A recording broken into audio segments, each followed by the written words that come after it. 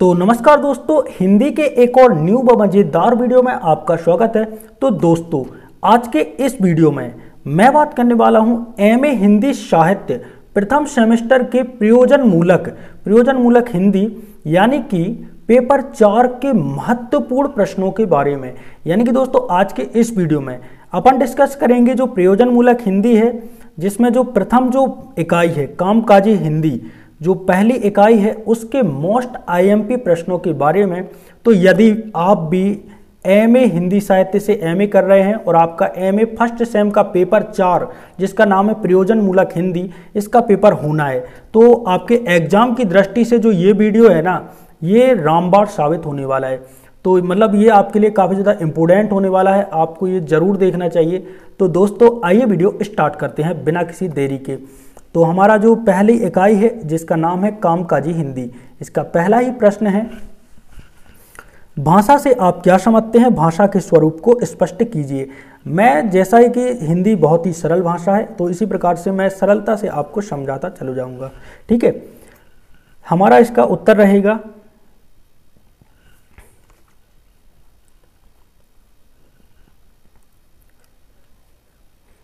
तो दोस्तों, हमारा पहला प्रश्न रहने वाला है, भाषा से आप क्या समझते हैं, भाषा के स्वरूप को स्पष्ट कीजिए।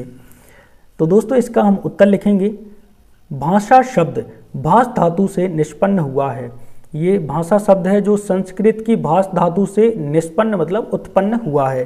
संस्कृत की भाष धातु से भाषा शब्द बना है। भाष धातु का अर्थ होता है बोलना या कहना। ठीक है, तो भाष धातु का अर्थ क्या होता है, बोलना या कहना। प्रत्येक व्यक्ति अपने विचारों को दूसरों तक पहुंचाने के लिए तथा उनके विचारों को जानने के लिए बहुत उत्सुक रहता है। ये तो आपको पता ही होगा कि आजकल जो अपने विचार है कोई सुनाना चाहता है तो कोई दूसरे के विचारों को जानना चाहता है और उसी की उत्सुकता बनी रहती है। भावों और विचारों का प्रकाशन करना मनुष्य की स्वाभाविक प्रवृत्ति है।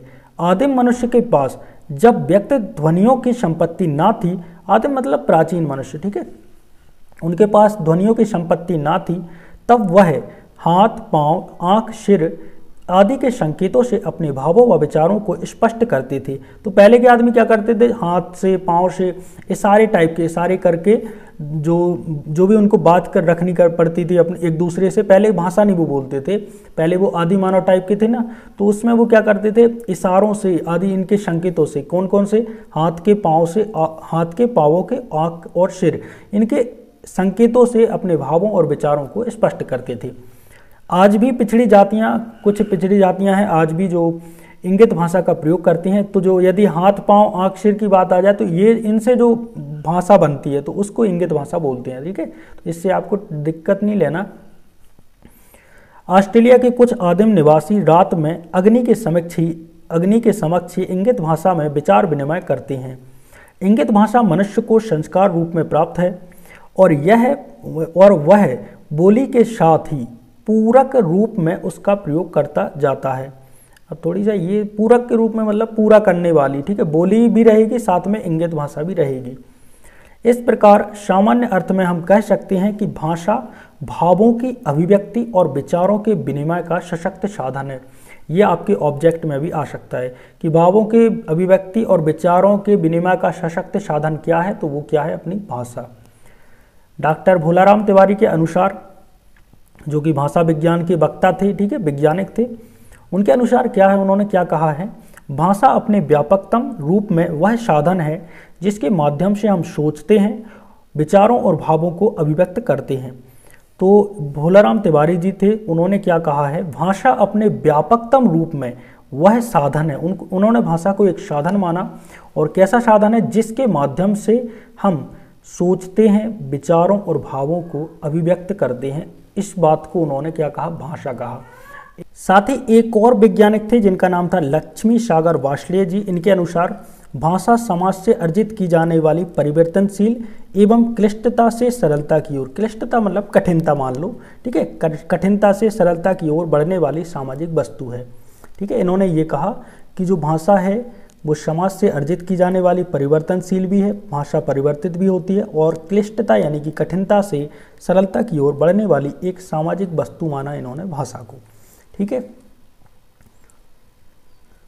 तो उपर्युक्त परिभाषाओं से यह स्पष्ट है कि भाषा के प्रमुख दो तत्व होते हैं, विचार या भाव, दूसरा होता है, पहला है विचार या भाव, दूसरा है व्यक्त ध्वनि संकेत। अतः हम कह सकते हैं कि भाषा के लिए पहले भाव या विचार आवश्यक होता है। मनुष्य पहले कुछ इच्छा, भाव, चिंतन या अनुभव रखता है जिसे वह किसी के प्रति प्रकट करना चाहता है। विचारों के स्पष्टीकरण का साधन इंगित तथा मुख से निकले हुए कुछ वर्णात्मक शब्द हैं। व्यक्त ध्वनि संकेतों से तात्पर्य मुख से निकले हुए स्पष्ट शब्दों से ही है। इन्हें समाज ने परंपरा से स्वीकार कर रखा है। आगे है, मुख से निकले हुए स्पष्ट शब्दों से ही है। तो इन्हीं को जो अपने ध्वनि शब्द हैं, इंगित भाषा है, इन्हीं के बारे में इन्होंने यहाँ पे इसको पूरा अच्छे तरीके से डिस्कस किया है। इन्हें समाज ने परंपरा से स्वीकार कर रखा है। मुख से निकली हुई सार्थक और प्रयोजन यानी कि प्रयोजन के साथ, उद्देश्य के साथ ध्वनियाँ ही भाषा के अंतर्गत आती हैं। इस प्रकार भाषा का स्वरूप स्पष्ट हो जाता है। तो यहाँ पर अपना जो पहला प्रश्न था, जो काफ़ी ज़्यादा इंपॉर्टेंट प्रश्न था आपकी पहली इकाई का, वो यहाँ पर समाप्त होता है। I hope. अब अपन आते हैं प्रश्न क्रमांक 2 पर। तो प्रश्न 2 है, भाषा के विविध रूप कौन कौन से हैं, उन्हीं चीज़ों को अपन को समझाना है। काफ़ी मज़ेदार क्वेश्चन है, ठीक है। तो ये दीर्घ उत्तरीय प्रश्नों में आ भी सकता है आपके एग्जाम में। तो आइए देखते हैं भाषा के विविध रूप कौन कौन से हैं, उन सभी को अपन को समझाना भी है, ठीक है। इसका उत्तर जानते हैं। उत्तर, आवश्यकता, समय, स्थान और काल के आधार पर भाषा के विविध रूप प्रचलित हैं। तो आवश्यकता, समय, स्थान और काल, इन 4 प्रकारों के आधार पर भाषा के विविध रूप प्रचलित हैं। तो कौन कौन से रूप हैं? आम बोलचाल की भाषा, रचनात्मक भाषा या साहित्य भाषा, तीसरा है राष्ट्रभाषा, चौथा है राजभाषा, पांचवा है संपर्क भाषा, छठवां है संचार भाषा। तो सबसे पहले अपन डिस्कस करेंगे राष्ट्रभाषा के बारे में, ठीक है। भाषा का संबंध उसके जन्म सिद्ध अधिकार से है। किसी क्षेत्र विशेष में वहां की बोलियों में से कोई बोली अधिक प्रचलित होती है, यहाँ पे अधिक प्रचलित होकर लोकप्रियता प्राप्त करने के कारण उस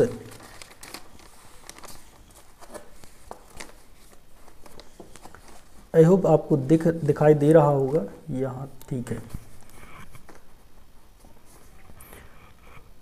उस क्षेत्र की भाषा कहलाती है। लेकिन राष्ट्रभाषा तो संपूर्ण राष्ट्र की भाषा होती है। भाषा से भी व्यापक क्षेत्र राष्ट्रभाषा का है। तो भाषा से भी व्यापक क्षेत्र किसका है? राष्ट्रभाषा का। जब कोई बोली आदर्श भाषा बनने के बाद भी उन्नति करती हुई अधिकांश लोगों के विचारों को अभिव्यक्त करने का माध्यम बनती है और पूरे राष्ट्र में उसका प्रयोग सार्वजनिक कार्यों में होने लगता है, तो वह क्या कहलाती है? राष्ट्रभाषा कहलाती है, ठीक है। तो यहाँ पे ये एक राष्ट्रभाषा की परिभाषा हो गई कि जब कोई बोली आदर्श भाषा बनने के बाद भी उन्नति करती हुई अधिकांश लोगों के विचारों में या विचारों को अभिव्यक्त करने का माध्यम बनती है और पूरे राष्ट्र में उसका प्रयोग सार्वजनिक सभी कार्यों में होने लगता है, तो वह राष्ट्रभाषा कहलाने लगती है। आधुनिक भारतीय भाषाओं में हिंदी सबसे अधिक लोगों द्वारा समझी और प्रयुक्त की जाने वाली भाषा है। हिंदी भारत की राष्ट्रभाषा है। हालांकि भारतीय संविधान में हिंदी के लिए कहीं भी राष्ट्रभाषा शब्द का प्रयोग नहीं हुआ है, तो संवैधानिक रूप से हिंदी राष्ट्रभाषा नहीं है। इसे या तो संघ भाषा यानी कि लैंग्वेज ऑफ यूनियन या संघ की राजभाषा optical language of the union कहा जाता है, परंतु यहाँ संघ भाषा कहने का तात्पर्य राष्ट्रभाषा से ही है। जिस भाषा को संपूर्ण संघ प्रयुक्त करे वही संघ भाषा या राष्ट्रभाषा है। तो जिस भाषा को पूरा संघ यानी कि पूरा देश प्रयुक्त करता है उसे ही हम संघ भाषा या राष्ट्रभाषा कहते हैं। एक वैज्ञानिक थे जो भाषाविद कहलाते हैं, डॉक्टर द्वारिका प्रसाद सक्सेना। इनके अनुसार जो भाषा किसी राष्ट्र के भिन्न भिन्न भाषा भाषियों के पारस्परिक विचार विनिमय का साधन बनती हुई समूचे यानी कि पूरे राष्ट्र को भावात्मक एकता के सूत्र में बांधती है, उसे राष्ट्रभाषा कहते हैं। तो इन्होंने भी राष्ट्रभाषा की एक अलग ही परिभाषा दी और अपने अनुसार इन्होंने राष्ट्रभाषा की परिभाषा दी। प्रायः देश की भाषा ही राजनीतिक, धार्मिक, सांस्कृतिक कारणों से समग्र राष्ट्र के सार्वजनिक उपयोग में आ जाती है। उसमें देश की संस्कृति बद्धमूल आदर्शों की अन्विति होती है तथा उसकी प्रकृति और उसके संपन्न साहित्य में यह सामर्थ्य होती है कि वह देश की अन्य भाषाओं की प्रगति में बिना बाधक बने उन्हें अपने साथ लेकर चल सके। उसे थोड़े बहुत समझने वाले और बोलने वाले राष्ट्र के प्रत्येक भाग में मिल सकते हैं। प्रत्येक समृद्ध जो शाली राष्ट्र है उनकी कोई एक भाषा ही राष्ट्रभाषा कहलाती है। विदेशों में जैसे अपने चीन है, चीन की राष्ट्रभाषा चीनी है, राष्ट्रभाषा कहलाती है। विदेशों में भी उसी को सम्मान दिया जाता है। भारतवर्ष में अनेक भाषाओं में से राष्ट्रीय नेताओं ने हिंदी को राष्ट्रभाषा का दर्जा दिया है। इसके आगे है, हिंदी राजनीतिक, धार्मिक और सांस्कृतिक कारणों से देश भर में प्रचलित हुई है। यह दिल्ली निवासी मुसलमान शासकों के द्वारा या शासकों के साथ समस्त भारत में फैल गई। बहुत दिनों बाद अपने आप कश्मीर से कन्याकुमारी तक, अटक से कटक तक जो पारस्परिक विचार विनिमय का माध्यम बन गई। धार्मिक जनों तथा साधु संतों के द्वारा हिंदी माध्यम से ही सांस्कृतिक आदान प्रदान किया गया। इसलिए अनेक पक्षपातों और विरोधों के बाद भी, ठीक है, अनेक पक्षपातों और विरोधों के बाद भी हिंदी को राष्ट्रभाषा का पद प्राप्त हो गया। वर्तमान समय में बंगाली, मराठी, गुजराती, तमिल, तेलुगु, मलयालम और कन्नड़ जैसे अहिंदी क्षेत्र, वहाँ पर भी हिंदी धीरे धीरे व्यवहार में आने के कारण लोकप्रिय होती जा रही है। इन क्षेत्रों में भी हिंदी लोकप्रिय होती जा रही है। अब बात करते हैं राजभाषा की, ठीक है। अभी बात की राष्ट्रभाषा की और अब बात करते हैं राजभाषा की।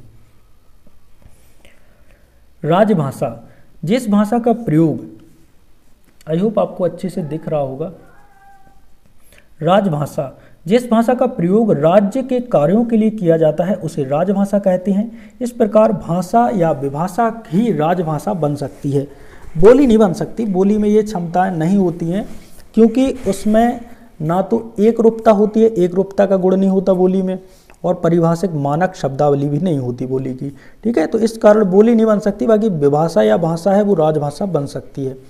राजकाज के लिए भाषा में, जैसे भाषा विभाषा में बता देता हूँ, जैसे गुजराती है, ठीक है, तो ये कहलाई अपनी भाषा या विभाषा है, तो ये राजभाषा बन सकती हैं क्योंकि उनकी एक रूपता है उनमें और एक मानक शब्दावली भी है, ठीक है। इस प्रकार से राजकाज के लिए भाषा में एक रूपता और लिपि का होना आवश्यक होता है। केंद्रीय तथा राज्य सरकारें राजभाषा में ही पत्राचार करती हैं तथा सरकारी आदेश और आज्ञाएं राजभाषा में ही, अब जो सरकारी आदेश होते हैं वो राजभाषा में ही मुद्रित किए जाते हैं, यानी कि प्रसारित किए जाते हैं। नेक्स्ट है, राजभाषा का मुख्यतः शासन, विधान, न्यायपालिका और कार्यपालिका के क्षेत्रों में प्रयोग होता है। पहले इन क्षेत्रों में अंग्रेजी का प्रयोग होता था, अब राजभाषा के रूप में हिंदी प्रयोग की जाती है, ठीक है। अब हिंदी का प्रयोग होने लगा है। यही कारण है कि आज भारत में हिंदी अपने समन्वयक रूप से अन्य भारतीय भाषाओं के बीच एक अहम भूमिका का निर्वाह कर रही है। आज वह अपने नए महत्वपूर्ण भाषिक दायित्वों और अभिव्यक्ति के सर्वथा नए क्षेत्रों से गुजर रही है। आज विज्ञान और प्रौद्योगिकी के अभूतपूर्व प्रस्फुटन एवं विस्तार के कारण हिंदी भाषा की उपादेयता और प्रयोजन मूलकता स्वयं सिद्ध हो रही है। आज हमारी सामाजिक आवश्यकताओं और जीवन व्यवहारों का अनिवार्य संबंध हिंदी भाषा के प्रयोजन मूलक आयामों से है। आर्थिक, सामाजिक, राजनीतिक और वैज्ञानिक संदर्भों में परिवर्तन के साथ बदली हुई स्थितियों की जरूरत के लिए प्रयोजन विशेष के संदर्भ में हिंदी भाषा के एक एक रूप की तीव्र आवश्यकता होती है। और ये तीव्र आवश्यकता है जो प्रशासन और ज्ञान विज्ञान तथा प्रौद्योगिकी के क्षेत्रों में व्यवहात रह सके, ठीक है, व्यवहात रह सके, हो सके, मतलब विस्तृत हो सके। एक तरफ से ये भी कह दो उन क्षेत्रों में क्या हो, इसका उपयोग हो सके। प्रायः राजभाषा और राष्ट्रभाषा को समानार्थक समझा जा सकता है। समानार्थी समझा जा सकता है कि राजभाषा राष्ट्रभाषा है। बाकी देखो ये नहीं है कि ये दोनों एक दूसरे के पर्यायवाची हैं। हाँ, ये है कि ये समान अर्थ देने वाले हो सकते हैं। राष्ट्रभाषा को ही राजभाषा का पद भी प्राप्त करने का सहज अधिकार होता है, किंतु जब आक्रांता देश पर अधिकार कर लेता है, कोई आक्रांता है वह यदि देश पर अधिकार कर लेता है तो वो क्या करता है, वह अपनी सुविधा के लिए बाहरी भाषा को राजभाषा के रूप में थोप देता है, ठीक है। तब यह भारत जो भार स्वरूप है, माफ कीजिएगा, तब यह भार स्वरूप भाषा ही जो भार यानी कि थोपी गई है हमारे ऊपर, ठीक है, हमारे ऊपर तो ये जो भारस्वरूप भाषा है वही राष्ट्रभाषा के पद को भी स्वयं प्राप्त कर लेती है। इसलिए समय समय पर भारतवर्ष की राजभाषाएं परिवर्तित होती रही हैं। भारत में पहले संस्कृत राजभाषा थी, इसके बाद प्राकृत और अपभ्रंश राजभाषाएं बनी। मुसलमानों ने अपने शासनकाल में फारसी जो भाषा थी उसको राजभाषा बनाया। किसको बनाया? मुसलमानों ने फारसी भाषा को। तथा ब्रिटिश काल में अंग्रेज थे तो उन्होंने अंग्रेजी को राजभाषा बना दिया। अंग्रेजों का प्रचार पठन पाठन और व्यवहार इतना बढ़ गया कि वह राजसभा सी बनने लगी। अंग्रेजी का ज़्यादा प्रचार प्रसार हुआ, राजभाषा सी बनने लगी ये। तो अंग्रेजी उसका जो प्रचार प्रसार हुआ बहुत ज़्यादा हुआ, पठन पाठन भी बहुत ज़्यादा हुआ। जब अंग्रेज आए तो उन्होंने बहुत अंग्रेजी सिखाई और व्यवहार भी उसका बढ़ने लगा। तो अंग्रेजी क्या है? राजभाषा टाइप की बनने लगी। स्वतंत्र भारत में भी अनेक लोगों ने अंग्रेजी को ही राष्ट्रभाषा बनाना चाहा था, पर हिंदी के जन्मसिद्ध अधिकार के सामने उसे झुकना पड़ा। आज संविधान के अनुसार हिंदी को राजभाषा बनाया गया है। तो हमारे देश की जो राजभाषा है वो क्या है? हिंदी है। यद्यपि दक्षिण भारत के नागरिकों द्वारा विरोध किए जाने के कारण हिंदी पूर्णतया राजभाषा नहीं बन गई। पूर्णतया राजभाषा नहीं, यानी ऐसा नहीं है कि हर राज्यों की राजभाषा हिंदी हो, ऐसा नहीं है। ठीक है।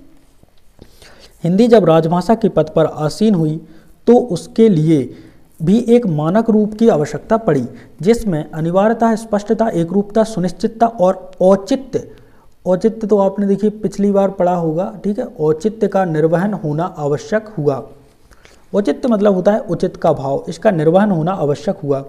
साथ ही विशिष्ट तकनीकी शब्दावली की आवश्यकता भी सामने आई, जो सरकारी कार्यालयों, मानविकी, ज्ञान विज्ञान, अंतरिक्ष विज्ञान तथा कंप्यूटर आदि सभी ज्ञान एवं विज्ञान शाखाओं को उनकी विशिष्ट अभिव्यक्ति प्रदान कर सकती है।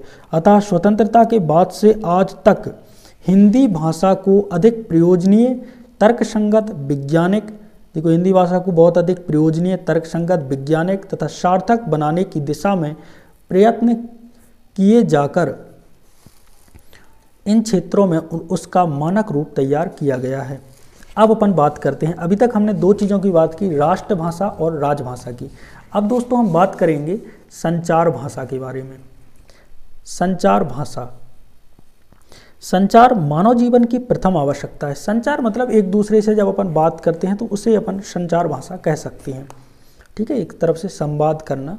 संचार मानव जीवन की प्रथम आवश्यकता है। शिशु जन्म लेते ही सबसे पहले संचार के माध्यम से ही अपनी संवेदनाएं प्रकट करता है।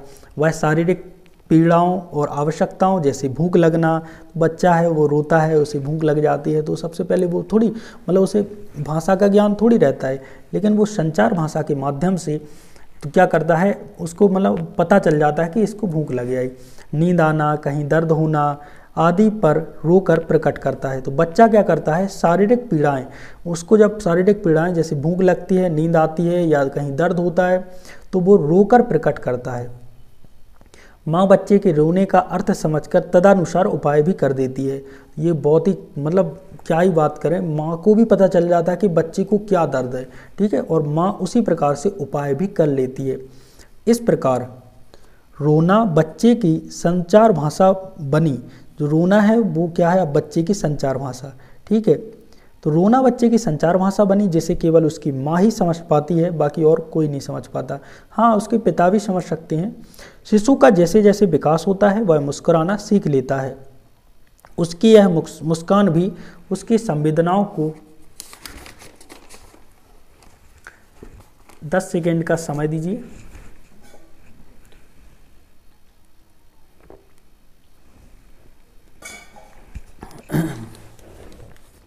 थोड़ी सा पानी पीना था। उसकी संवेदनाओं को प्रकट करती है। वह सामने वाले, यदि आपको अच्छा यहाँ अब दिख रहा होगा, यदि उसकी संवेदनाओं को प्रकट करती है, वह सामने वाले व्यक्ति को अपनी सीमित मानसिक क्षमता के द्वारा अपनी भावनाओं से अवगत कराता है। तो जो बच्चा है वह क्या करता है, अपनी भावनाओं से अवगत करा ही देता है सामने वाले व्यक्ति को। इस प्रकार मानसिक विकास के साथ साथ शिशु माँ की भाषा समझने और सीखने लगता है। सबसे पहले जो शिशु है वह माँ की भाषा को समझता है और सीखता है। वह अपने चारों ओर घटित होने वाली घटनाओं से बहुत कुछ सीखता है और उसे अपनी संचार भाषा में प्रकट करता है। इससे स्पष्ट है कि भाषा संचार का एक उपकरण है, ठीक है, और इस भाषा के विभिन्न रूप हो सकते हैं। संचार भाषा के प्रमुख रूप इस प्रकार हैं। अब ये संचार भाषा के रूप हैं, ठीक है, इनको भी जान लो। कुल मिला के 4-5 रूप हैं जो भी हैं। पहला है ध्वनि की संचारी भाषा।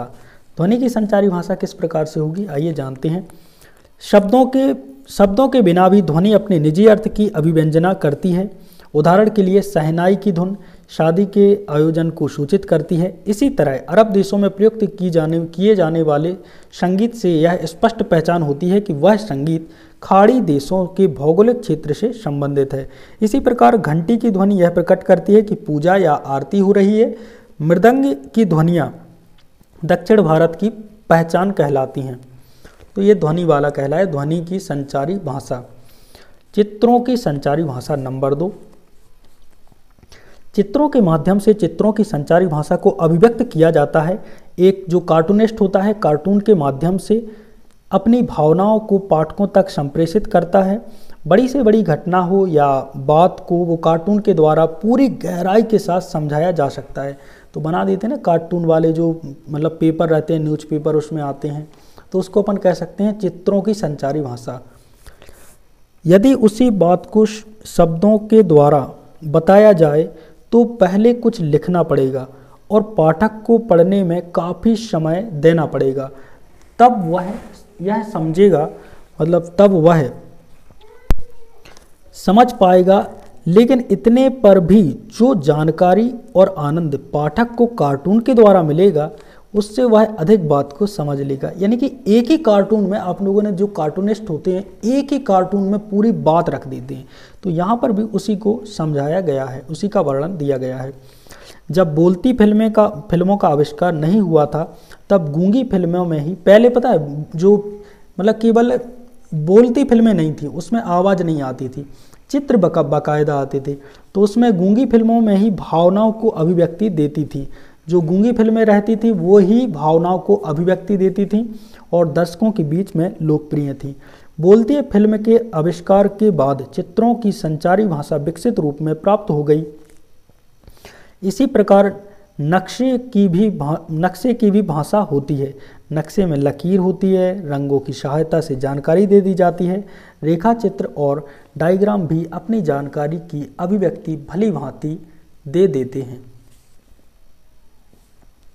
नंबर 3 कूट भाषा। कूट भाषा क्या है? जो संचार भाषा है इसका ही एक रूप है। कूट भाषा गुप्त सूचनाओं के लिए, कूट भाषा मतलब एक प्रकार से जो गुप्त भाषा है, ठीक है, कूट उसका प्रयोग करते हैं ना, कूटनीतिज्ञ लोग करते हैं। और यार मैंने मतलब कहाँ पे देखा है, राजदूत जहाँ होता है, दूतावास होता है, वो इस भाषा का शायद प्रयोग करते हैं। तो गुप्त सूचनाओं के लिए कूट भाषा का प्रयोग किया जाता है। इसमें जिस लिपि का प्रयोग होता है वह सार्वभौम नहीं, यानी कि सब लोग नहीं उस लिपि को जान सकते, इस प्रकार से उसमें कोड वर्ड रहता है, ठीक है। इससे प्रत्येक व्यक्ति कूट भाषा के संदेश को नहीं समझ पाता है, इसके अर्थ को केवल लक्ष्य समूह ही समझ पाता है। आज से कई वर्ष पहले तार भेजने के लिए केवल बिंदुओं का ही उपयोग किया जाता था। आज भी तार का मतलब होता है संदेश। यहाँ पे तार का मतलब क्या है? संदेश। तार मतलब वो नहीं कि बिजली का, करंट का, वो जो आप समझ रहे हैं। तार का मतलब संदेश। तो तार भेजने के लिए केवल बिंदुओं का उपयोग किया जाता था। आज भी कंप्यूटर में कागज के छिद्रों, डिजिटल्स के माध्यम से संचार किया जाता है। अब बात करते हैं नंबर 4 प्राण घ्राण की लिखा है, ठीक है, यहाँ पे घ्राण मतलब नाक की संचारी भाषा। तो मनुष्य की जो ज्ञान इंद्रिय है, जो घ्राण है, वो नाक का विशेष महत्व है। इस घ्राण मतलब नाक शक्ति का उपयोग संचार के लिए किया जाता है। अपनी ओर ध्यान आकृष्ट करने के लिए बिना लिखे अथवा बिना बोले गए संदेश में गंध के माध्यम से घ्राण की संचारी जो भाषा है उसका प्रयोग किया जाता है। अब ये तो देखो थोड़ा सा मेरे से मतलब दिक्कत आ रही है इसे पढ़ने में, बाकी आप समझ लेना जो भी है। ऐतिहासिक युग में चट्टानों पर या स्तंभों पर शिलालेखों को उत्कीर्ण कराया जाता था। पहले क्या करते थे? ऐतिहासिक युग में चट्टानों पर और स्तंभों पर जो शिलालेख होते थे उन्हीं को उकेरा जाता था, मतलब उस पर लिखा जाता था, उत्कीर्ण कराया जाता था। उद्घोषणाएं कराने के लिए मुनादी पिटवाई जाती थी, मुनादी भी पिटवाई जाती थी पहले के ज़माने में। और विज्ञान ने जैसे जैसे प्रगति की वैसे वैसे संचार के उपकरण का जो परिमार्जित रूप है वो विकसित हुआ। ठीक है, टेलीफोन आ गया, इसके बाद सिनेमा, स्लाइड आदि उपकरण तो अब पुराने पड़ चुके हैं, मतलब टेलीफोन का भी उपयोग अब नहीं होता है, सिनेमा, स्लाइड ये सब नहीं चलते अब क्या चलते हैं, इंटरनेट, वेबसाइट, SMS जैसी अत्यंत आधुनिक और तीव्रगामी संचार सुविधाएं हैं वो सरलता से जन साधारण के लिए उपलब्ध हैं। आज नेत्रहीन बालक बालिकाएं ब्रेल लिपि के माध्यम से शिक्षा ग्रहण कर रहे हैं। बधिर लोगों के लिए श्रवण यंत्र, जो बधिर हैं उनके लिए श्रवण यंत्र का विकास किया गया है और जिसके माध्यम से वे संदेश को सुन सकते हैं। हिंदी के विविध रूप हमारी गतिशीलता में सहायक सिद्ध होते हैं। हिंदी के निम्नलिखित रूप विशेष उल्लेखनीय हैं। अब देखिए, इसमें हिंदी का एक और नया रूप दिया है, कार्यालयीन भाषा। इसको भी जान लीजिए कि ये कार्यालयीन भाषा क्या है। तो भारत का संविधान है, उसके अध्याय 17 में अनुच्छेद 343 में 343 से 351 तक है। ठीक है, 343 में क्या है, संघ की जो राजभाषा है वो देवनागरी लिपि में लिखी हिंदी होगी। तो राजभाषा क्या होगी, हिंदी होगी। राष्ट्रीय लिपि देवनागरी होगी। इसके अनुसार राजभाषा एक परिभाषिक शब्द है जिसका अर्थ सरकारी कामकाज यानी कि राजकाज के लिए प्रयुक्त भाषा, यानी कि जो राजभाषा है उसका अर्थ होगा सरकारी कामकाज के लिए प्रयुक्त भाषा। राजभाषा के लिए अंग्रेजी शब्द यानी कि ऑफिशियल लैंग्वेज पर्याय के रूप में प्रयुक्त होता है। इस शब्द का प्रयोग कानूनी तौर पर स्वतंत्र भारत के संविधान में सर्वप्रथम किया गया। इसी आधार पर हिंदी को कार्यालयीन भाषा भी कहा जाता है। हिंदी को क्या कहा जाता है, कार्यालयीन भाषा।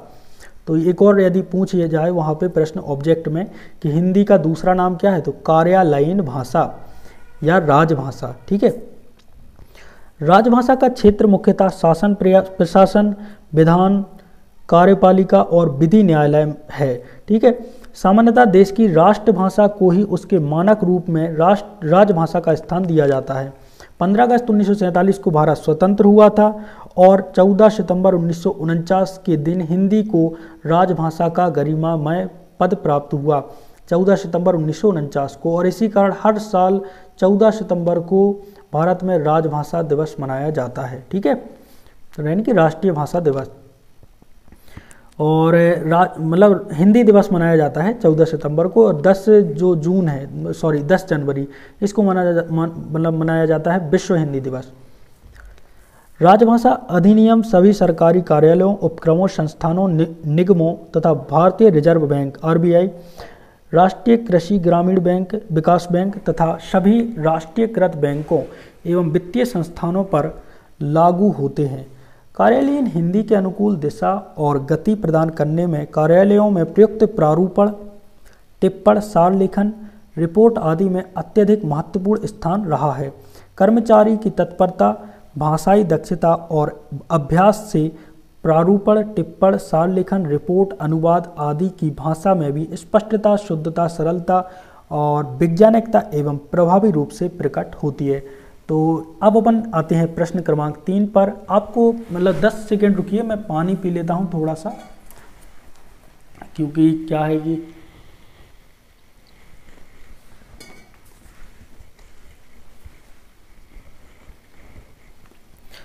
मैं चाहता हूं कि देखिए, आप यदि ये देख नहीं रहे हैं वीडियो तो आप सुन भी सकते हैं हेडफोन लगाकर, आपको समझ में आ जाएगा किस प्रकार से कहानी चली है।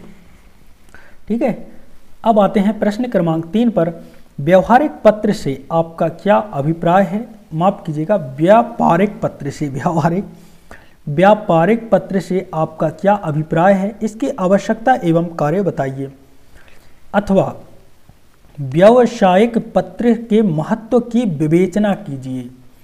या अथवा ऐसे भी प्रश्न आ सकता है कि व्यावसायिक पत्र व्यापारिक शाख का निर्माण करने के साथ साथ व्यापार को प्रोत्साहित एवं उसका विकास करता है। उक्त कथन की पुष्टि करनी है। इस कथन की क्या करनी है? पुष्टि करनी है। तो आइए जानते हैं इसका उत्तर क्या है। उत्तर में हम लिखेंगे व्यापारिक पत्र से आशय एवं परिभाषा। अब ये व्यापारिक पत्र समझ लो या व्यावसायिक पत्र एक ही बात है, ठीक है। तो इसकी अपन क्या जान रहे हैं, सबसे पहले इसकी आशय और इसका परिभाषा। जो पत्र व्यापारियों के मध्य, व्यापारियों, अब व्यापार पत्र है तो व्यापारियों के मध्य या व्यापारी और ग्राहक के मध्य किसी व्यापारिक काम के लिए लिखे जाते हैं उसे व्यापारिक पत्र कहते हैं, ठीक है।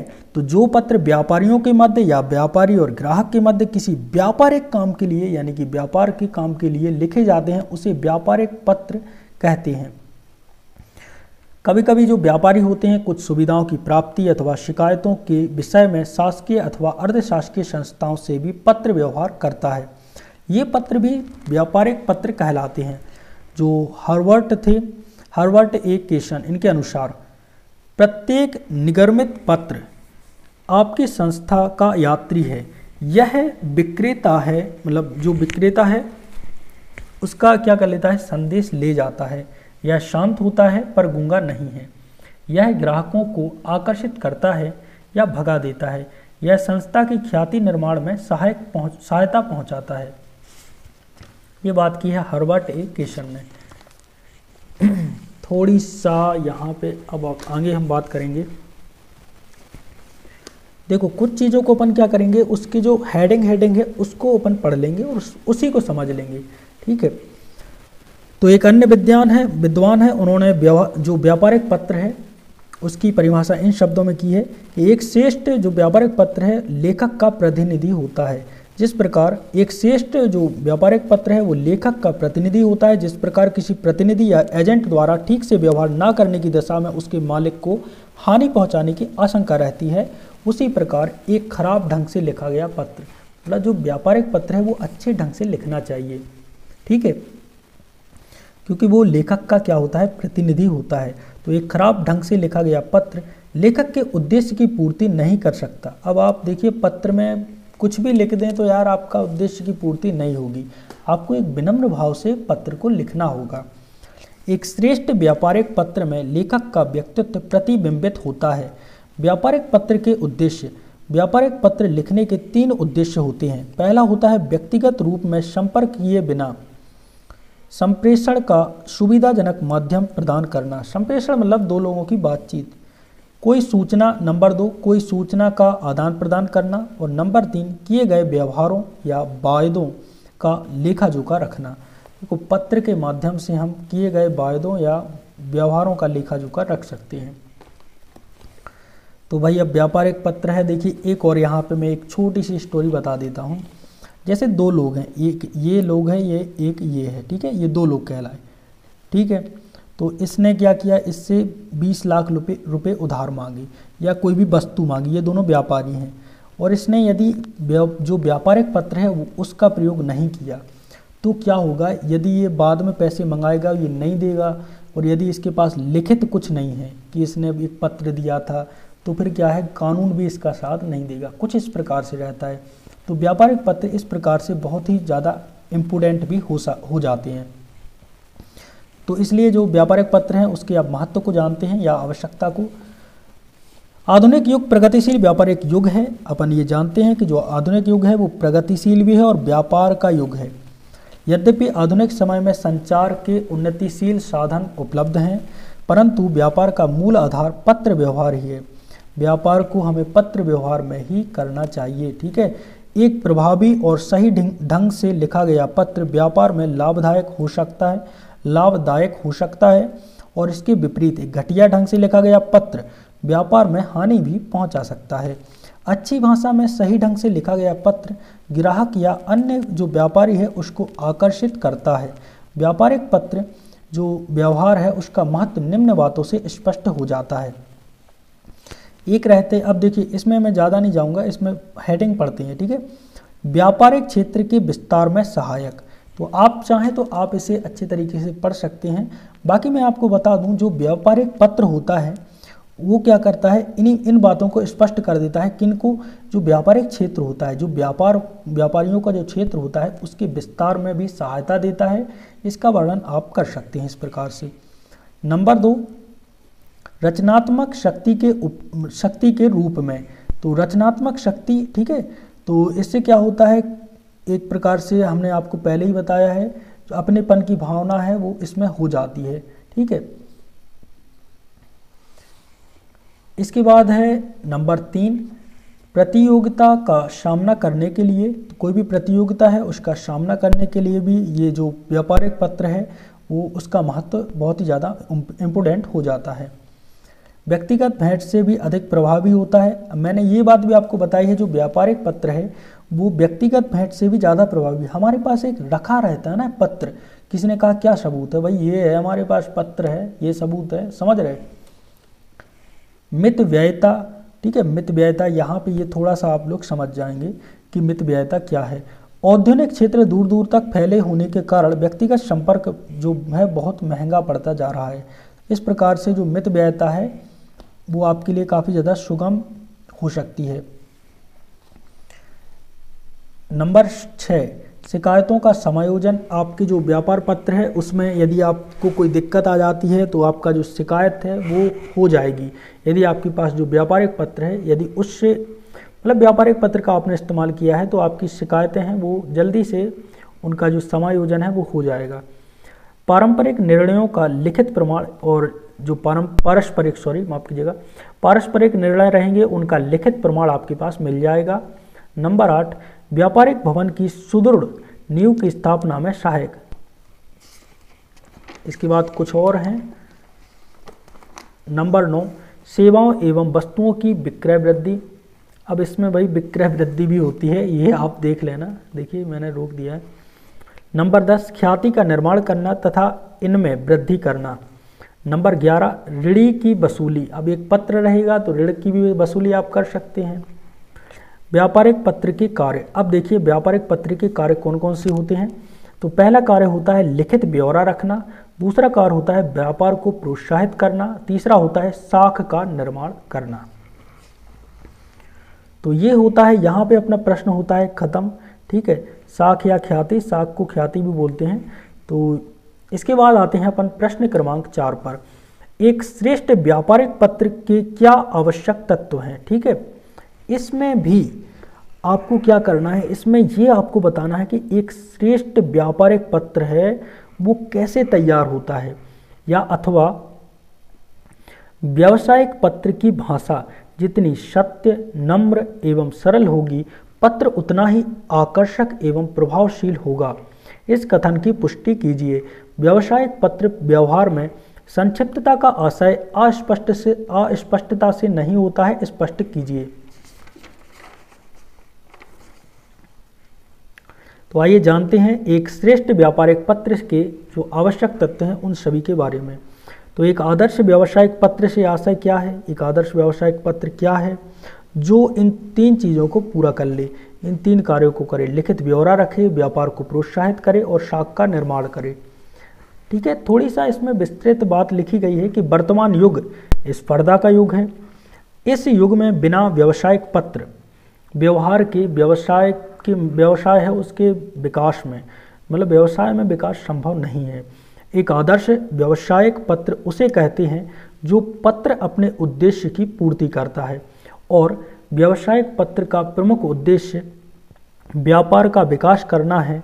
पत्र के द्वारा नए नए संपर्क बनते हैं, ग्राहक बनते हैं, विक्रय में वृद्धि, धन की वसूली करता है और संस्था की ख्याति बढ़ाता है।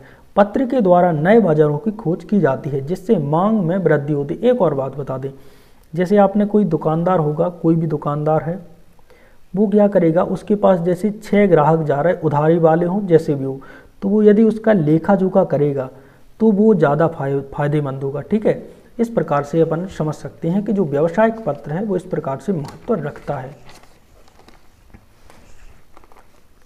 इसके बाद यहाँ पे लिखा है कि जो आदर्श व्यावसायिक पत्र हैं उसके कुछ प्रमुख लक्षण या प्रमुख तत्व, आइए कौन कौन से हैं।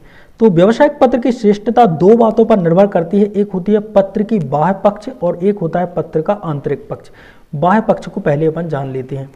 तो बाह्य पक्ष क्या है, जिसमें कागज रहेगा, मतलब किस प्रकार से पत्र रहेगा, स्वच्छ रहेगा, पत्र की लिखावट कैसी है, पत्र का लिफाफा कैसा है, मुद्रांकन कैसा है। ठीक है, और पत्र अब इसके बाद दूसरा जो रहेगा वो है आंतरिक पक्ष।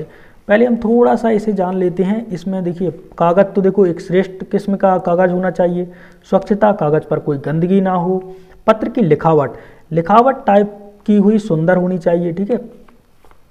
पत्र का लिफाफा, लिफाफा भी क्या होना चाहिए, पत्र के आकार के हिसाब से होना चाहिए, ना ज़्यादा अधिक बड़ा हो ना ही छोटा हो, और लिफाफे में ही पत्र रखा जाता है। मुद्रांकन कैसा हो, तो पोस्ट करने से पहले लिफाफे पर देख लेना चाहिए कि उचित जो टिकट है उचित मूल्य के लगे हैं या नहीं, ठीक है। जो भी चीज़ें हैं उन सभी को अपन को देख लेना चाहिए। अब बात करते हैं पत्र के आंतरिक पक्ष के बारे में। ये सभी हैं बाह्य पक्ष, अब बात करते हैं आंतरिक पक्ष के बारे में। पहली है शुद्धता। तो भाई जो भी अपन लिखें, जो भी शब्द लिखें, भाषा लिखें, तो पत्र की जो भाषा है शुद्ध व साफ होना चाहिए। तारीख है, आंकड़े हैं, ये साफ साफ लिखना चाहिए। बातों को घुमा फिरा कर नहीं लिखना चाहिए और लोकोक्ति मुहावरों का प्रयोग नहीं करना चाहिए, ठीक है। पत्र में बिल्कुल आराम से उसमें क्या करो, संक्षिप्तता रखो, ठीक है। नंबर 2 संक्षिप्तता, यानी कि संक्षिप्त में जो बात है वो अपन को करनी चाहिए। व्यर्थ में लंबी चौड़ी भाषा ना लिखकर मतलब कि संक्षिप्त में लिखना चाहिए, यही कहलाती है संक्षिप्तता। अलेक्जेंडर पोप है, इन्होंने एक बात कही है, जो शब्द है पंक्तियों की तरह होते हैं और जहां इनका सर्वाधिक बाहुमूल्य होता है, सार्थकता का फल इसके नीचे कम ही मिलता है। इन्होंने शब्द को क्या कहा है, पंक्तियों का स्वरूप माना है, यानी कि शब्द को पंक्तियों के समान माना है। इसके बाद नम्रता, एक नम्रता होनी चाहिए, शिष्ट भाव होना चाहिए, ठीक है। और जो प्रभावशीलता है वो देखिए किस प्रकार से है। एक प्रभावी पत्र होना चाहिए कि पत्र की भाषा ऐसी प्रभावशाली ढंग से लिखी जाना चाहिए कि पढ़ने वाला पत्र को पढ़ते ही प्रभावित हो जाए। ऐसे नहीं कि आप कुछ भी लिखते चलो, एक प्रभावशीलता होनी चाहिए। पत्र में जो अगला गुण है, जो आंतरिक गुण है, आंतरिक पक्ष है, वो है संतुष्टता। एक ही मतलब जितना भी है, एक ही पत्र में जो पाठक है वो संतुष्ट हो जाना चाहिए। इसके बाद है नंबर 6 उपयुक्त योजना। उपयुक्त योजना देखिए, इसको अपन थोड़ा सा समझ लेते हैं। तो व्यावसायिक पत्र लिखने से पहले संबंधित विषय पर योजना पूर्वक विचार कर लेना चाहिए, बस यही है, उसकी योजना बनानी चाहिए। बिना सोचे समझे नहीं आपको पत्र लिखना चाहिए, एक योजना बनाकर आपको पत्र को लिखना चाहिए। नंबर 7 आकर्षण। तो व्यापारिक पत्रों में आकर्षण होना चाहिए, अन्यथा ये बेरद्दी की टोकरी में फेंक दिए जाते हैं। यदि आकर्षण नहीं है तो फिर वो रद्दी में फेंक जाएंगे। वास्तव में व्यापारिक पत्र लिखना एक कला है। यहाँ पे अपना जो उत्तर है वो हो जाता है समाप्त। तो आपको इन्हीं सभी जो टॉपिक हैं जो मैंने आपको बताए हैं, इन सबको याद रखना है, ठीक है। अब देखिए इसका जो हमारा अगला प्रश्न है, हम इसको अब थोड़ी छोड़ देते हैं। कुछ प्रश्नों को हम छोड़ देंगे जो हमारे एग्जाम की दृष्टि से उतने ज़्यादा इम्पोर्टेंट नहीं है। टिप्पण पर थोड़ा सा अपन को जानना है कि ये टिप्पण क्या है।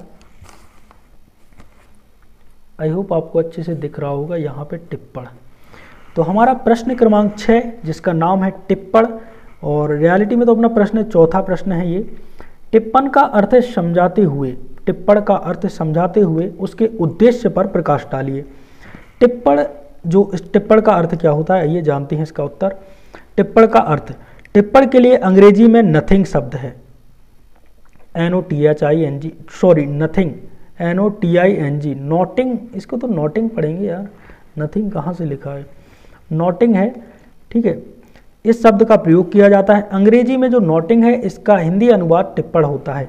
टिप्पण शब्द हिंदी में टीप शब्द का तत्सम है।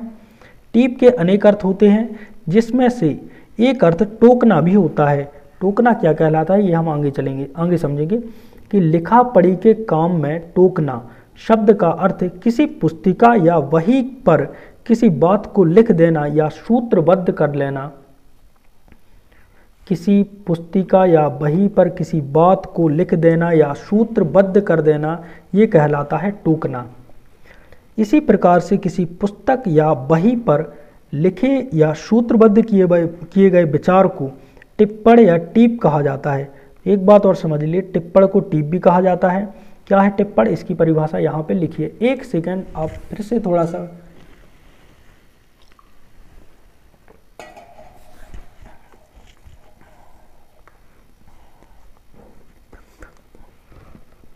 तकरीबन 40-45 मिनट से लगा हूँ तो थोड़ा सा बीच बीच में आपको भी रेस्ट मिल जाएगा।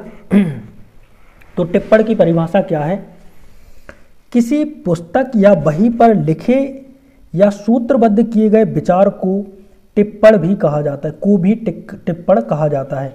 टिप्पणी के साथ टीका शब्द जोड़कर टीपा टिप्पणी बनाया जाता है, टीपा टिप्पणी बनाया जाता है, जिसका अर्थ होता है किसी विषय का विवेचन करते हुए कुछ लिखना। ये कहलाता है टीपा नहीं, माफ कीजिएगा, टीका टिप्पणी। आजकल टिप्पण का अर्थ टीका टिप्पणी के रूप में ही स्वीकृत हो गया है। कार्यालयीन कार्यों के संबंध में किसी समस्या, कोई भी समस्या है, ठीक है, उसको सुलझाने के लिए लिखित टीका टिप्पणियां हैं की जाती हैं। इन्हें ही नोटिंग या टिप्पण कहा जाता है।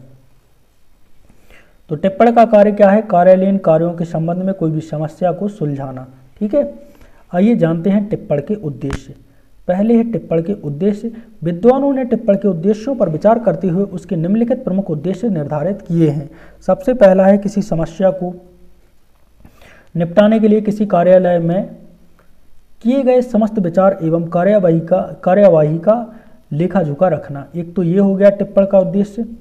नंबर 2, कार्यालय की प्रगति के लिए सामूहिक चिंतन एवं जिम्मेदारी की भावना को बनाए रखना, जिससे किसी मामले में व्यक्तिगत पक्षपात ना हो और गलत निर्णय ना हो। और नंबर 3, समस्या को सुलझाने के लिए उचित अनेक विकल्पों में से जो सर्वोत्तम विकल्प है उसको चुनने का अवसर देने हेतु नीति निर्धारण हेतु अधिकारियों को सामान्य कर्मचारियों के विचारों व मार्गदर्शन प्राप्त होता रहे, इसकी परंपरा बनाए रखना। टिप्पण के ये उद्देश्य हैं, ये उद्देश्य टिप्पण के थे। अब बात करते हैं टिप्पण के महत्व के बारे में। टिप्पण कार्यालयीन क्रियाकलापों का जीता जागता दस्तावेज या लेखाजोखा होता है। इस लेखे-जोखे के कारण जो कर्मचारी हैं उनके बदलने के बावजूद भी कार्यालय का जो काम है वो निर्बाध रूप से चला जाता है, मतलब चलता रहता है। तो अब मैं थोड़ा सा आप लोगों को समझा दूं क्या होता है कि एक कहीं पर भी जैसे अपन गए, टीम इंडिया का कोई कोच है तो वो टिप्पण कर देगा। तो इससे क्या होगा कि कोच, यदि जो टीम इंडिया का कोच है वो यदि निकल जाए, मतलब उसको हटा दिया जाए, तो उसके बाद भी क्या होगा, काम चलता रहेगा। ठीक है, इस प्रकार से टिप्पण का दूसरा महत्व यह है कि वह किसी समस्या पर सभी अधिकारियों एवं कर्मचारियों पर विवेकपूर्ण एवं तर्कसंगत निर्णयों का लेखा जोखा होता है। अतः इसके कारण एक तो गलती होने की संभावना समाप्त हो जाती है और दूसरी, गलती करने वाले कर्मचारियों को आसानी से पकड़ा जा सकता है। कार्यालय में हर छोटे बड़े मसले के लिए एक फाइल होती है। इस फाइल में उस मसले पर की जाने वाली छोटी बड़ी जो भी कार्यवाही रहेगी, प्रत्येक कार्यवाही का विवरण अंकित रहता है। बाहर से नंबर 3 और इसके बाद नंबर 4, बाहर से आई हुई डाक अधिकारियों की टिप्पण मसले से संबंधित कार्यवाही का विचार, उस मसले पर अधिकारी या अधिकारियों द्वारा लिए गए निर्णय आदि सभी कुछ फाइल में दर्ज होता है। इससे कार्य के विषय में नीति निर्धारण, जो नीति का निर्धारण है एवं भावी योजनाओं के रूप देने में मदद मिलती है। नंबर 5, टिप्पण कर्मचारियों अधिकारियों के मध्य होने वाली बातचीत का लिखित लेखाजोखा है। टिप्पण क्या है? एक लिखित लेखाजोखा है। क्या है? कर्मचारियों अधिकारियों के मध्य होने वाली बातचीत का लिखित लेखाजोखा क्या है? टिप्पण। कार्यालय में बहुत सारे काम होते हैं। मौखिक बातचीत के द्वारा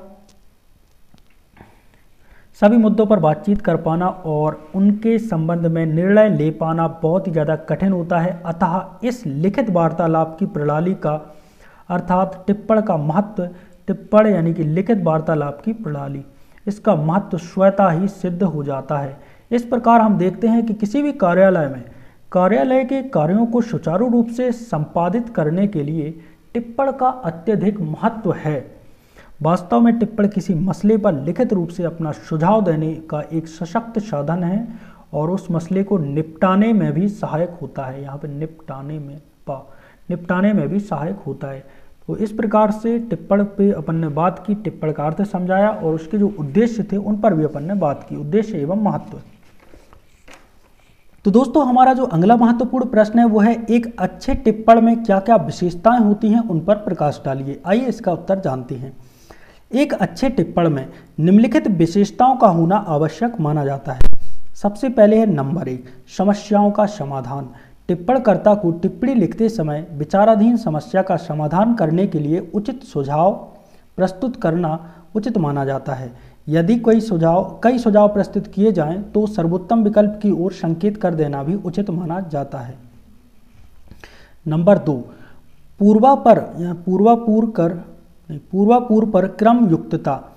जो टिप्पण करता है उसको विचार प्रकट करने में पूर्वापर क्रम से, मतलब पूर्वापूर्व क्रम से कार्यवाही, यहाँ पे पूर्वापूर्व होगा, उसके क्रम से कार्यवाही क्रम के क्रमिक उल्लेख किया जाना उचित माना जाता है। एक अच्छा टिप्पणकर्ता पूर्ववर्ती है उसकी कार्रवाई के साथ वर्तमान में चल रही कार्रवाई तथा भविष्य में अपेक्षित कार्रवाई है की ओर टिप्पण संकेत देता है। एक अच्छे टिप्पण की ये कुछ विशेषताएं हैं, ठीक है, इनके बिना अच्छा टिप्पण नहीं लिखा जाता है। आइए जानते हैं नंबर तीसरी विशेषता क्या है टिप्पण की, एक अच्छे टिप्पण की। तीसरी, विषय का उपविभाजन। अच्छा जो टिप्पण करता है वो विभिन्न दृष्टियों से विचार करते हुए पत्र के विषय का उपविभाजन करता है, ठीक है। इसके बाद आप इन सभी चीज़ों को अब अच्छे तरीके से पढ़ सकते हैं। आई होप, देखिए मैं इसको यहाँ पे अब रोक देता हूँ। मैं अब क्या करूँगा, इसकी जो मुख्य जो लाइन है उनको पढ़ देता हूँ। इसका चौथा जो महत्व है, ठीक है, वो है पुनरोक्ति चीज से मुक्त। पुनरोक्ति चीज से मुक्ति रहेगी।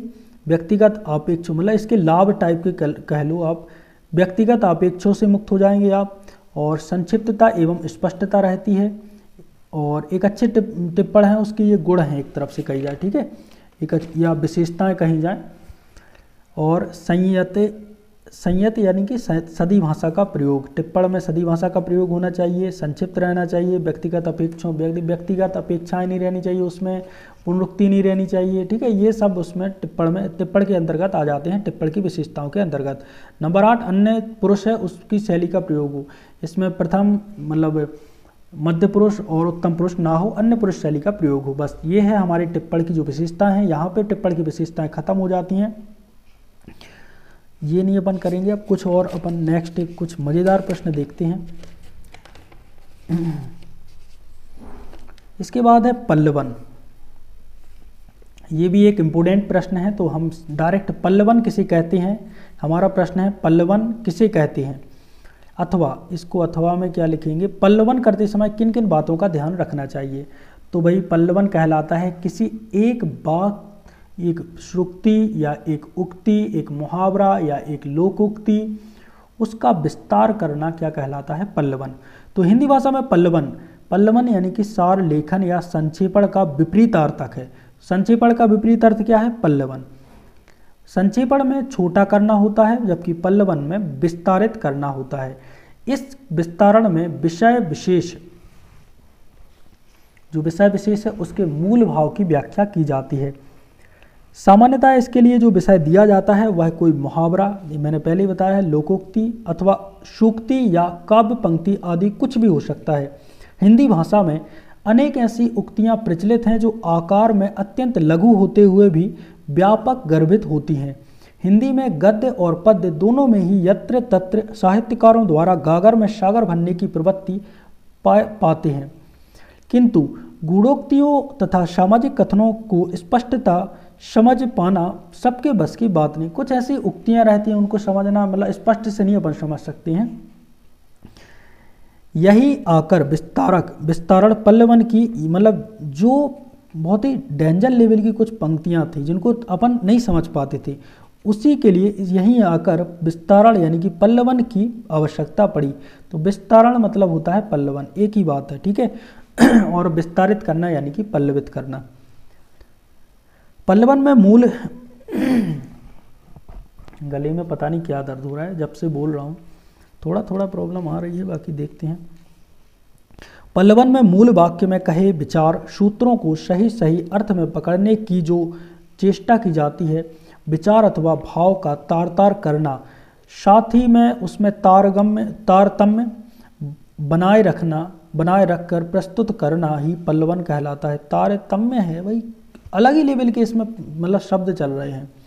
यहाँ पल्लवन करता है। अब देखो यहाँ से अपन ये बात जान लो कि जो पल्लवन है उसको करते समय किन किन बातों को अपन को ध्यान में रखना चाहिए, ये इम्पोर्टेंट है। पल्लवन करते समय कुछ बातों और नियमों का ध्यान में रखा जाना चाहिए, तो यह कार्य सहज ही हो जाता है। आप ये पढ़ना चाहे तो आप पढ़ सकते हैं, ठीक है। नंबर 1, मूल अवतरण के वाक्य, सूक्ति, लोकोक्ति, मुहावरे को भलीभांति समझने के लिए कई कई बार पढ़ना चाहिए। जो भी वाक्य लिखा है, एक ही तो लाइन लिखी है, उसको 2-3 बार पढ़ लो, ठीक है। ये कह रहा है पहली बात। दूसरी बात, जो मूल अवतरण है, जो भी मतलब लिखा है, उसको क्या करना है, उसके मुख्य और गौण उभय भावों या विचारों को समझकर एक एक अनुच्छेद में स्पष्ट करना चाहिए, ताकि भाव या विचार छूट ना जावे, ठीक है। नेक्स्ट है हमारा, मूल अवतरण के भावों में जो प्रच्छन्न है, जो उसके अंदर भाव हैं, उनको पकड़कर उन्हीं को मतलब उन्हें भी स्पष्ट करने की चेष्टा करनी चाहिए।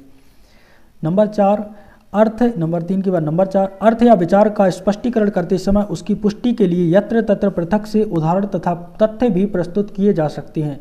नंबर 5, भाव और भाषा की अभिव्यक्ति में सरलता और स्पष्टता पल्लवन में आवश्यक है। तो वही भाषा है और जो भाव है वो सरल रहने चाहिए, स्पष्ट रहने चाहिए, ये सब पल्लवन में आवश्यक है। नंबर 6, अनावश्यक विस्तार या अनर्गल बातें अपन को नहीं लिखनी चाहिए पल्लवन में। नंबर 7, समीक्षा जो अपन कर रहे हैं पल्लवन की या आलोचना कर रहे हैं, मतलब समीक्षा, आलोचना या टीका टिप्पणी है, ठीक है, इनका स्थान पल्लवन में नहीं होता है, ठीक है। जो मूल बात रहेगी उसी का, जो लेखक है, लेखक के मूल विचार हैं, उन्हीं का विस्तार करना चाहिए। नंबर 8, जो पल्लवन है सदैव अन्य पुरुष में होता है, ये बात मैंने पहले ही बता दी। नंबर 9, पल्लवन में व्यास शैली का प्रयोग करना चाहिए, समास शैली का नहीं करना चाहिए, ठीक है। पल्लवन में किस शैली का प्रयोग होता है, व्यास शैली का। नंबर 10, जो पल्लवन की शैली है, इसका एक और गुण होना चाहिए, वह है अजटिलता। पल्लवन है मतलब अजटिल रहनी चाहिए, अर्थात पल्लवन के बाद उसमें क्लिष्टता या दुरूहता नहीं होनी चाहिए, क्योंकि विचारों के जो संगुफन है उसका ही, वह संगुफन का ही पल्लवन होता है। नंबर 11, पल्लवन की शैली में रोचकता भी अनिवार्य गुण है, ताकि पल्लव मतलब भाव को रोचकता भी होनी चाहिए पल्लवन करते समय, जिससे क्या हो कि भाव को समझने में स्पष्टता जो है उद्देश्य बाधित ना हो। नंबर 12, एक बार लिख चुकने के बाद पुनर्निरीक्षण करके यह देख लेना चाहिए कि मूल लेखक का कोई अभिष्ट भाव या विचार छूट तो नहीं रहा है, मतलब जो भी है उसका मूल भाव तो लिखना ही चाहिए। नंबर 13, पल्लवन में एक ही बात को, भाव को, विचार को तथा कथन को दोहराते नहीं है। एक ही बात को नहीं दोहराओ, पुनरुक्ति करने से बचना चाहिए। पल्लवन में इस बात का भी ध्यान रखो कि पल्लवन करते समय यह ध्यान भी रखना चाहिए कि उसमें वर्तनीगत, यानी कि मतलब लिखने में, यानी कि कोई भी शब्द लिखने में वर्तनीगत हिज्ज लगाने में कोई भी दिक्कत तो नहीं है, भाषागत अशुद्धियाँ ना हो, इन बातों से आपको सतर्क रहना चाहिए। 15, सबसे अधिक ध्यान देने योग्य बात यह है कि तैयार किए हुए पल्लवन में मूल पंक्ति के भाव या विचार पूर्णतः समाये हो। जो मूल पंक्ति का भाव है, विचार है, उस सभी को अपन को पल्लवन में समाहित करना चाहिए। निष्कर्ष, पल्लवन विचारों का एक ऐसा क्रमबद्ध जो पुनः प्रस्तुतिकरण है जिसमें उदाहरण के सहारे बात को स्पष्ट करना होता है। तो पल्लवन में क्या करते हैं, उदाहरण के सहारे बात को स्पष्ट करते हैं। इसमें प्रारंभ से लेकर अंत तक मूल भाव के मंतव्य की रक्षा की जाती है।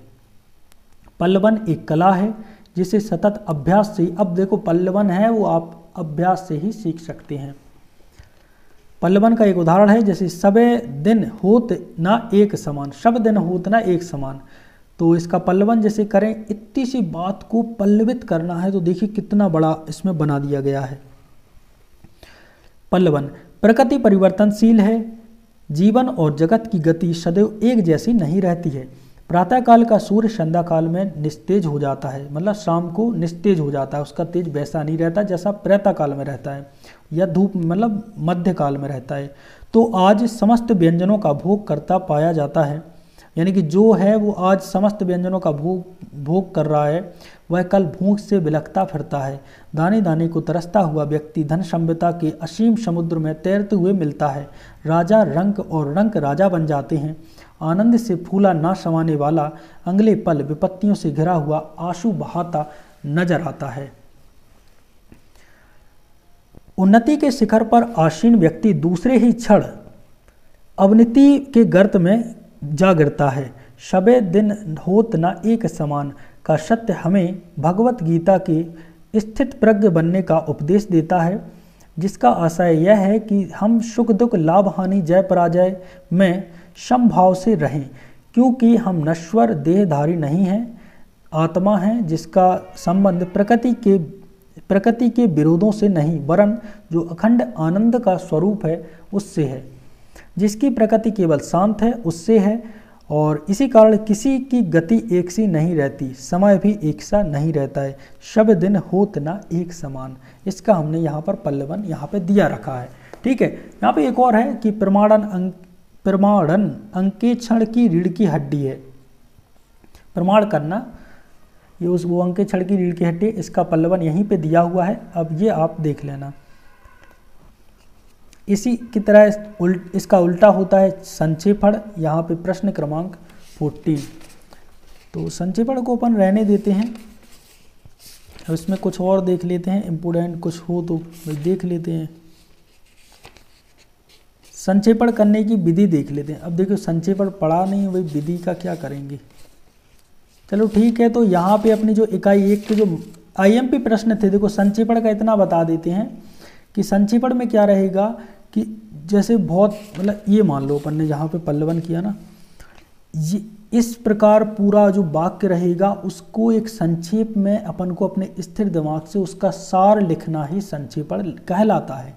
किसी भी पैराग्राफ का या किसी भी बात का एक सार निकालना ही संक्षेपण कहलाता है। उसे एक लाइन में या एक वाक्य में प्रस्तुत करना संक्षेपण कहलाता है। ठीक है, तो यहाँ पे जो अपनी इकाई 1 है उसके जो महत्वपूर्ण प्रश्न थे वो यहाँ पे मैंने कर दिए हैं समाप्त। तो आई होप दोस्तों आपको ये वीडियो अच्छा लगा होगा। यदि दोस्तों आपको ये वीडियो अच्छा लगा है तो वीडियो को एक लाइक, और यार हाँ, चैनल पर नए हैं, देखिए ये है इकाई 1 जिसमें था कामकाजी हिंदी इकाई 1। तो आई होप दोस्तों इकाई 1 में जितने भी मैंने प्रश्न आपको बताए हैं वो आपने अच्छे तरीके से सुने होंगे, अच्छे ध्यानपूर्वक आपने देखे होंगे। तो दोस्तों यदि आपको ये वीडियो अच्छा लगता है तो वीडियो को एक लाइक, और चैनल पर नए हैं तो प्लीज़ यार चैनल को भी सब्सक्राइब जरूर कर दीजिएगा। बहुत जल्द मिलेंगे इकाई 2 के साथ, और सारी इकाई जो 5 इकाई हैं आपकी, तो उन्हीं सब इकाइयों को मैं आपके लिए मतलब आपके इस यूट्यूब चैनल पर आपको सभी इकाइयों के वीडियो आपके समक्ष लाऊंगा। ठीक है, तो इसी कामना के साथ मिलते हैं। आपका जो स्वास्थ्य है वो काफ़ी अच्छा रहे ये कामना करता हूँ। बाकी सब मस्त रहो, खेलते रहो, जो भी है एग्ज़ाम है बिल्कुल आराम से दो, जो लिखना है लिख देना, मैंने जो बताया उसको लिख देना। ठीक है, मतलब ऐसा नहीं कि रिलेटेड ही लिखना, उल्टे सीधे कुछ नहीं लिखना, जो भी है भाई प्रश्न जो रहता है उससे रिलेटेड लिखना है। तो आई होप दोस्तों आपको ये वीडियो अच्छा लगा होगा। वीडियो अच्छा लगा तो वीडियो को एक लाइक। मिलते हैं एक और नए वीडियो के साथ, तब तक के लिए जय सिया राम।